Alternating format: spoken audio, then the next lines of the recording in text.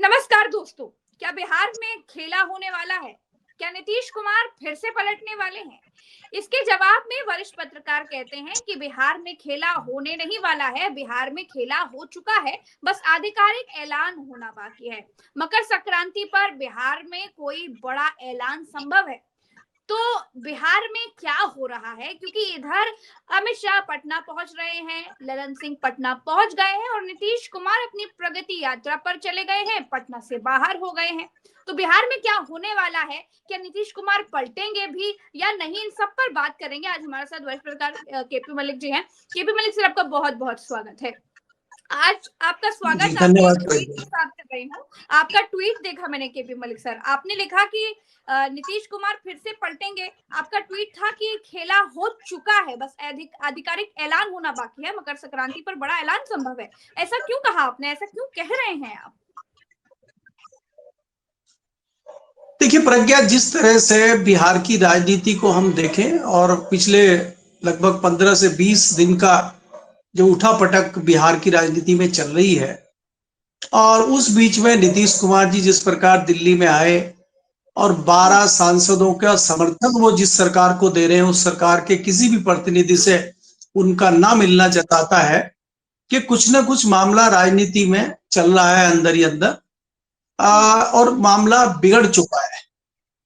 बात यह है कि नीतीश कुमार भारतीय जनता पार्टी की तमाम शर्तों को नहीं मान रहे हैं और उन्होंने उसी बीच में ऐसी बड़ी डिमांड रख दी है जिससे भारतीय जनता पार्टी भी अनकंफर्टेबल है। दूसरा, अच्छा, अगर आप देखेंगे कि जिस प्रकार से मामला बिगड़ गया है, मामला खराब हो गया है, नाराजगी बढ़ गई है, तमतमा गए हैं नीतीश कुमार, ये तो हम बहुत समय से देख रहे हैं। अब अचानक से ऐसा क्या हो गया कि नीतीश कुमार इतना बिफर गए हैं कि अब सीधे उनको यही नजर आ रहा है कि मकर संक्रांति आए और हम बड़ा ऐलान करें और दही चूड़ा कहीं और जाकर खाएं। देखिए प्रज्ञा, अगर आप देखेंगे कि जब से अमित शाह ने बयान दिया था, किसी पत्रकार ने पूछा था कि मुख्यमंत्री के दावेदार कौन होंगे, तो उन्होंने कहा था इसका फैसला तो शीर्ष नेतृत्व करेगा, एनडीए का दल करेगा, ये करेगा वो करेगा। तो कहीं ना कहीं इस तरह का मैसेज एक था कि कहीं जो है महाराष्ट्र वाले हिसाब से बिहार में भी कहीं राजनीति भारतीय जनता पार्टी ना करे और नीतीश कुमार कहीं उद्धव ठाकरे सिद्ध ना हो जाएं, उन्हीं के किसी चेले चपाटे को उठा के शिंदे भारतीय जनता पार्टी बना दे। ये इस तरह की चीजें नीतीश कुमार के दिमाग में चली और जब नीतीश कुमार ने बात करने की कोशिश की तो किसी नेता ने उनसे बात नहीं की, तो वो समझ गए कि भारतीय जनता पार्टी उनकी पार्टी तोड़ भी सकती है। भारतीय जनता पार्टी तोड़ने के लिए ही सारी कवायद कर रही है, चाहे वो गवर्नर को केरल से लेके बिहार के पटना में लेके आना हो, चाहे तमाम जो परिस्थितियां आपको दिखाई दे रही हैं, जिस तरह से ईडी और सीबीआई के छापे, इनकम टैक्स के छापे नीतीश के करीबियों पे लग रहे हैं। उसके साथ साथ ही जो बड़ी बात दिखाई दे रही है कि अब नीतीश कुमार ही नहीं, चिराग पासवान को भी घेरने की कोशिश हो रही है। चिराग पासवान के करीबियों पे भी आपने देखा पिछले दिनों ईडी के छापे लगे हैं, क्योंकि कहीं ना कहीं चिराग पासवान भी घिरे हुए हैं। जिस प्रकार से संविधान का और अंबेडकर का मामला चला है, अमित शाह ने अंबेडकर पर बयान दिया, उससे कहीं ना कहीं पिछड़ा और दलित भी मुखर होकर भारतीय जनता पार्टी के खिलाफ है। तो ऐसे में चिराग पासवान को भी कुछ निर्णय लेना पड़ेगा। तो चिराग पासवान और नीतीश कुमार दोनों बात करके एक साथ एनडीए के बाहर जा सकते हैं, इस तरह का विचार चल रहा है। भारतीय जनता पार्टी इस चीज को समझ चुकी है, इसीलिए उन्होंने चिराग पासवान को भी टाइट किया है। और मेरे सूत्र बताते हैं कि कुछ दिन पहले चिराग पासवान के 2 सांसदों ने एक भारतीय जनता पार्टी के कैबिनेट मिनिस्टर के यहाँ डिनर किया है। तो ये जताता है कि चिराग पासवान की पार्टी दोबारा टूट सकती है। आपको याद है कि पहले भारतीय जनता पार्टी ने पार्टी ही नहीं, चिराग पासवान के परिवार को भी तोड़ा था और उनका क्या असर हुआ था। तो वो जानते हैं कि भारतीय जनता पार्टी जब चाहेगी वो इस तरह की हरकत कर देगी, तो इसलिए वो भी फूक फूक के कदम चल रहे हैं। और राजनीति के जो पुराने धुरंधर हैं नीतीश कुमार, उनके साथ वो मिलकर चल रहे हैं। और आप जिस तरह से बॉडी लैंग्वेज तेजस्वी यादव की, लालू प्रसाद यादव की देख रहे हैं, तो उससे ये लगता है कि बातें सारी फाइनल हो चुकी हैं, क्योंकि ये खरमास का समय चल रहा है और मकर संक्रांति तक कोई भी शुभ कार्य बिहार में नहीं होता है। बिहार की संस्कृति के मुताबिक वहां पे मकर संक्रांति का पर्व बड़ा शुद्ध माना जाता है और उस पर कई सारी घोषणाएं होती हैं। फिर जो यदुवंशी होते हैं, जो यादव समाज के लोग होते हैं, वो दही को बड़ा शुभ मानते हैं, कोई भी कार्य दही के साथ शुरू करते हैं। तो इसलिए मुझे लगता है कि मकर संक्रांति या मकर संक्रांति के बाद कोई इस तरह की घोषणा हो सकती है। लेकिन इस बीच में आज जो हमारे सूत्रों ने खबर दी है प्रज्ञा, वो ये भी है कि भारतीय जनता पार्टी ने लगभग सरेंडर नीतीश कुमार के सामने कर दिया है और नीतीश कुमार की तमाम शर्तों को मानने को भी तैयार हो गई है। अब नीतीश कुमार इस पे कितना राजी होते हैं, कितना पीछे हटते हैं, ये तो समय ही बताएगा। लेकिन भारतीय जनता पार्टी सरेंडर दिखाई देती है, ये पक्की खबर है जी।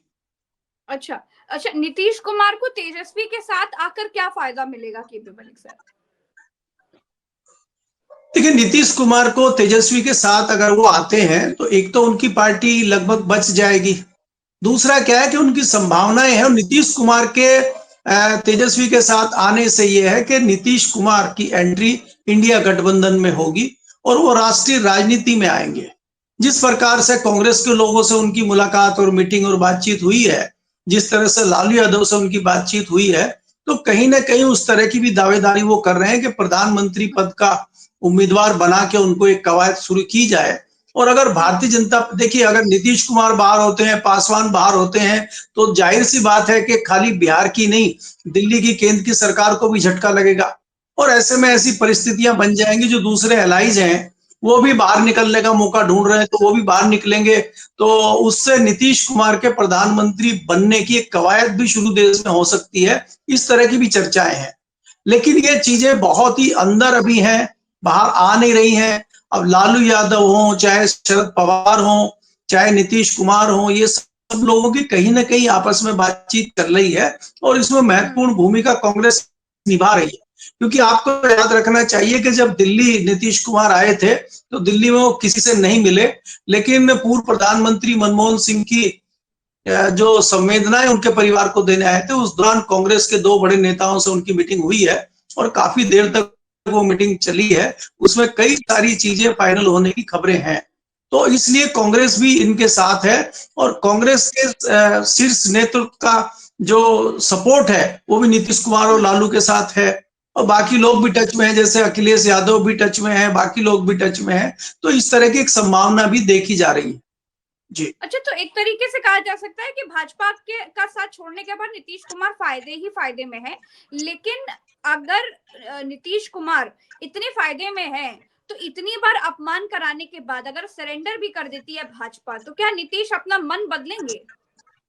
आपने भी कहा कि सरेंडर कर दिया है भाजपा ने। देखिए प्रज्ञा, आपको ये समझना होगा, सरेंडर इसलिए किया है कि नीतीश कुमार ना जाए और रुके रहे। सरेंडर इसलिए नहीं किया कि नीतीश कुमार अगर कोई पैंतरेबाजी करते हैं तो उनको छोड़ दिया जाएगा।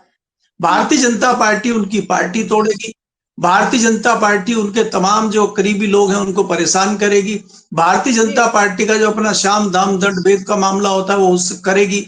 तो इसलिए नीतीश कुमार फूक फूक का कदम रख रहे हैं, क्योंकि उनको मालूम है कि अगर वो भारतीय जनता पार्टी के खिलाफ जाते हैं तो उनकी पार्टी को तोड़ दिया जाएगा। दूसरा क्या है कि नीतीश कुमार को यह भी पता है कि अगर इसकी जरा सी भनक भी भारतीय जनता पार्टी को लगेगी तो वो राष्ट्रपति शासन भी बिहार में लगा सकती है, वो चुनाव पहले भी करा सकती है, वो आगे पीछे भी करा सकती है, वो इस तरह की परिस्थितियां खड़ी कर सकती है। अब आप देखिए, जिस प्रकार से आप छात्रों का आंदोलन देख रहे हैं और उसमें नूरा कुश्ती चल रही है, प्रशांत किशोर आमरण अनशन पर बैठ गए हैं, अगर वहां पे कोई इस तरह की घटना हो जाती है तो उसमें भारतीय जनता पार्टी के सामने बहुत अच्छा एक मौका होगा राष्ट्रपति शासन लगाने का। और आपने देखा होगा कि इसमें बिल्कुल कोई निर्णय नहीं ले पा रहे हैं छात्रों के मामले में नीतीश कुमार भी चुप्पी साधे हुए हैं और भारतीय जनता पार्टी के चाहे वो उप मुख्यमंत्री हो चाहे मंत्री हो वो भी चुप्पी साधे हुए हैं। तो ये क्या जताता है कि कभी भी कुछ भी हो सकता है, इसलिए नीतीश कुमार भी घबराए हुए हैं, डरे हुए हैं, क्योंकि उनको ये पता है कि भारतीय जनता पार्टी उनको कहीं भी शहीद कर सकती है। तो इसलिए वो शरण में है लालू यादव की, इसलिए। और आपने देखा होगा कि जिस प्रकार से गवर्नर हाउस में नीतीश कुमार ने अभिवादन किया था तेजस्वी का और तेजस्वी के कंधे पे हाथ रखा था, तो वो भी एक इंडिकेशन है, वो भी एक बॉडी लैंग्वेज है कि कहीं ना कहीं अंदर कोई ना कोई बात चल रही है। नहीं तो एवं ही लालू प्रसाद यादव आपको न्योता नहीं दे देंगे, आमंत्रण नहीं दे देंगे। आमंत्रण बहुत सोच समझ कर लालू यादव ने दिया है और हम ये मान के चल रहे हैं कि कहीं ना कहीं नीतीश कुमार के इशारे पे ही इस तरह की बात लालू यादव ने कही है जी। तो अगर केपी मलिक सर, आपकी बात अनुसार अगर अगर हम ये मान ले कि भाजपा पूरी तैयारी करके रखी है कि नीतीश अगर पलटे तो राष्ट्रपति शासन लग जाएगा, अगर 7-8 महीने के लिए राष्ट्रपति शासन लग भी जाता है तो नीतीश कुमार का पलटना धरा का धरा रह जाएगा।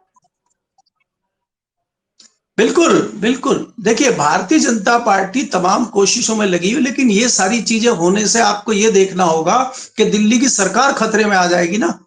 इसलिए भारतीय जनता पार्टी भी उतावली नहीं है कुछ भी करने के लिए।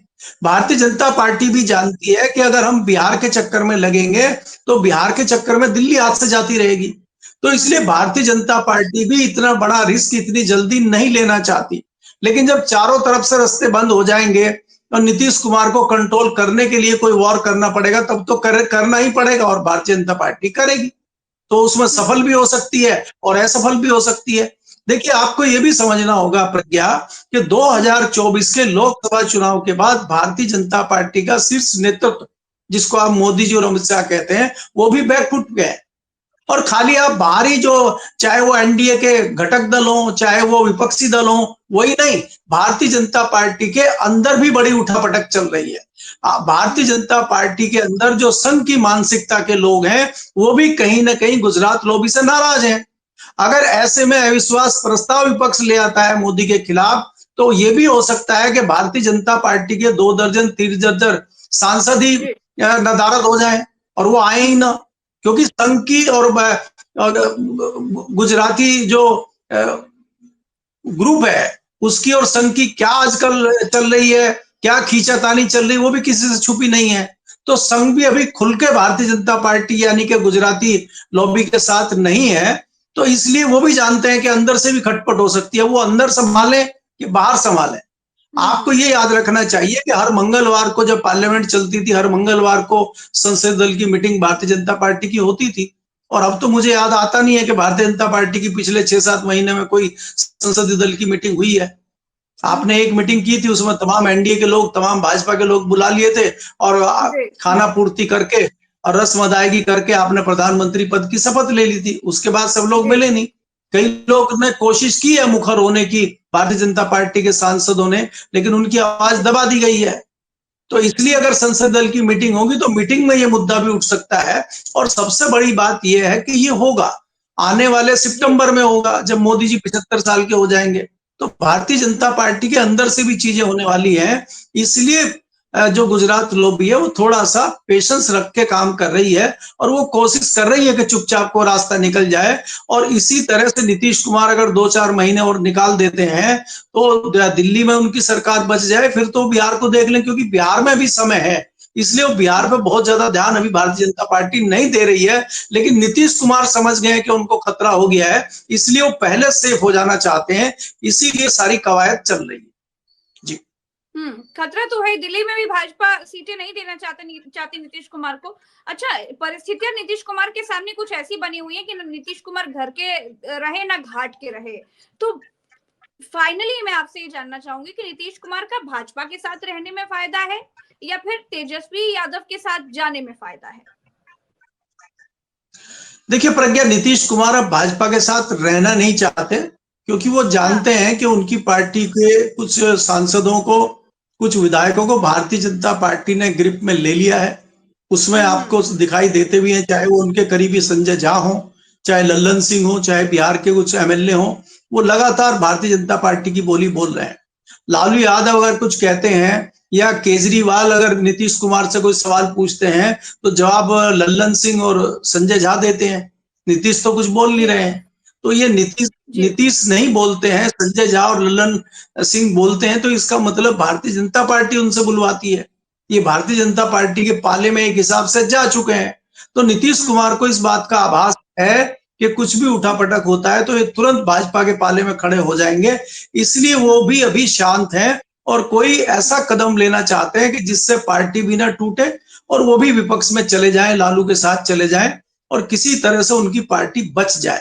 अब खाली वो इस ओर अपना पूरा ध्यान लगा रहे हैं, क्योंकि सरकार आना जाना वो तो बाद की बात है।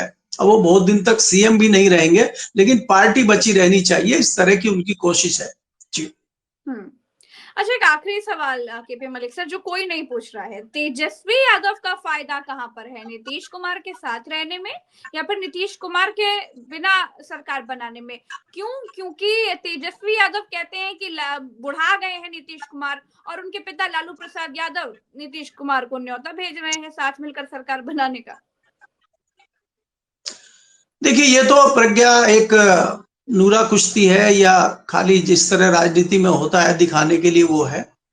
और अगर हम देखें और विश्लेषण करें तो तेजस्वी यादव को नीतीश कुमार के आने ना आने से कोई बहुत ज्यादा नुकसान है नहीं। आपने देखा था पिछली बार भी विधानसभा के चुनाव में सबसे अच्छे नतीजे तेजस्वी यादव के ही आए थे। और इस बार भी अगर भारतीय जनता पार्टी मजबूत होती है और नीतीश की पार्टी खत्म होती है तो इस बार भी तेजस्वी यादव को काफी बड़ा फायदा मिलेगा।